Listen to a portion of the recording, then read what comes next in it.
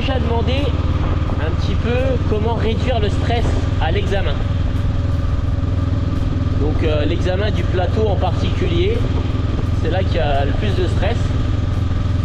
Alors il y a 5 conseils que je peux vous donner. Avant cela, déjà, pensez toujours à prendre votre équipement sans couper les étiquettes des gants et en mettant bien les réfléchissants sur le casque.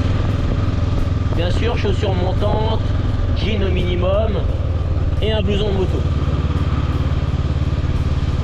Après, voilà, en fonction de votre profil, voilà, vous n'aurez pas tous la même appréhension, tous le même stress. Donc ça va dépendre de vous. Il y en a qui sont un peu plus détendus que d'autres, mais pour la plupart, vous êtes quand même bien stressés. Il y en a souvent d'ailleurs qui me disent « Brice, je peux aller aux toilettes ». Pour pas dire presque tout le monde. Et donc c'est pour ça.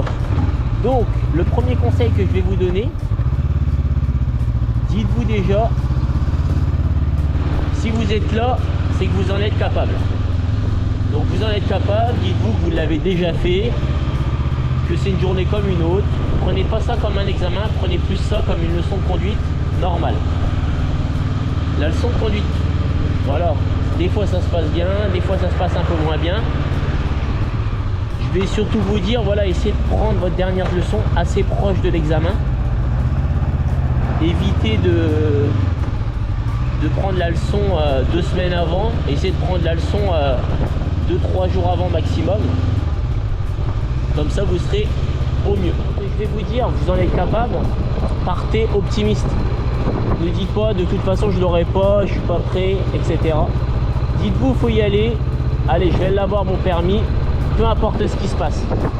Partez déjà dans les meilleures conditions. Et ça se passera beaucoup mieux. Ensuite, le deuxième conseil que je vais vous donner, ça va être de bien, à chaque fois, souffler 3 fois avant de commencer. Ce qui se passe souvent, c'est que quand vous faites l'examen, vous êtes tellement pressé que ça soit fini, que l'inspecteur vous dit quand vous pouvez y aller, quand vous voulez y aller, quand vous vous sentez prêt, allez-y. Il vous dit à peine ça, vous êtes déjà parti. Et là, en général, le premier essai, eh ben, il sent pas bon.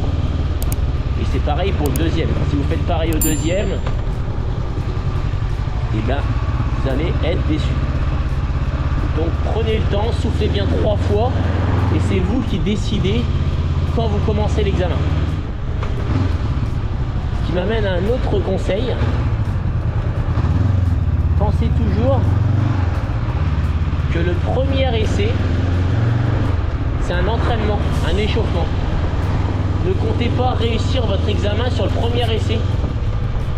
Dites-vous que la pression, à la limite, vous la mettez au deuxième. Mais le premier essai, vous y allez comme ça, tranquille, vous soufflez bien 3 fois. Vous faites votre parcours. Et quoi qu'il arrive, vous allez au bout. Parce que le premier essai, l'inspecteur, que ça soit bon ou mauvais, il vous laisse aller au bout. Donc faites le premier essai pour vous amuser. Et généralement, ça se passe mieux comme ça. Ensuite, au deuxième essai, bien sûr, s'il y en a un, laissez le moniteur replacer la moto. Alors ça, c'est le conseil que je donne tout le temps et que personne, en tout cas peu de personnes, le faisaient.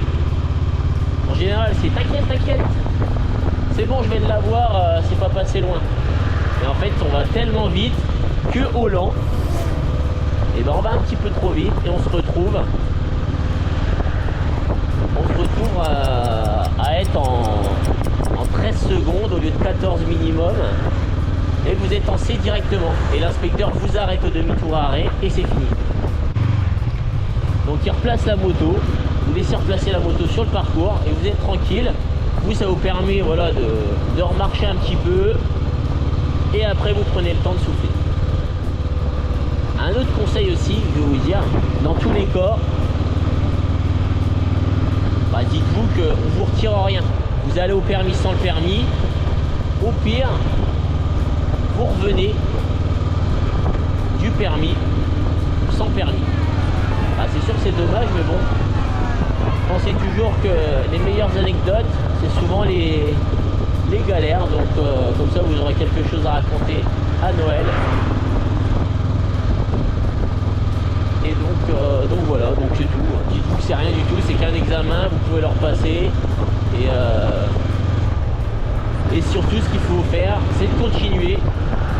Donc il n'y a pas d'échec, que des abandons. Donc voilà, vous continuez jusqu'à temps que vous l'ayez.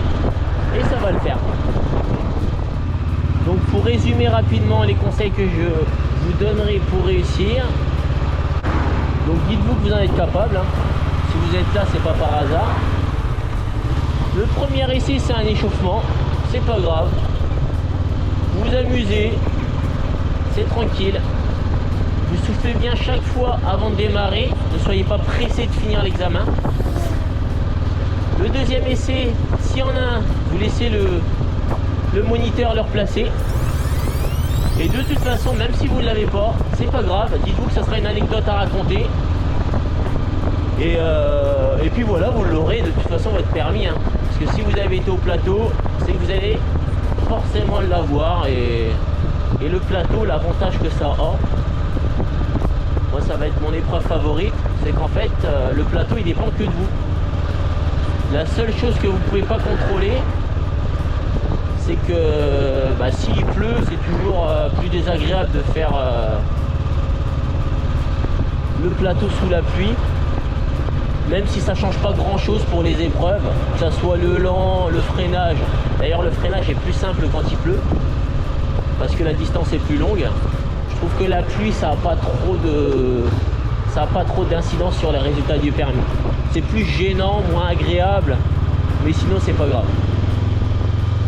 Donc voilà pour les conseils, et puis je vous souhaite une bonne réussite. Allez, salut à tous.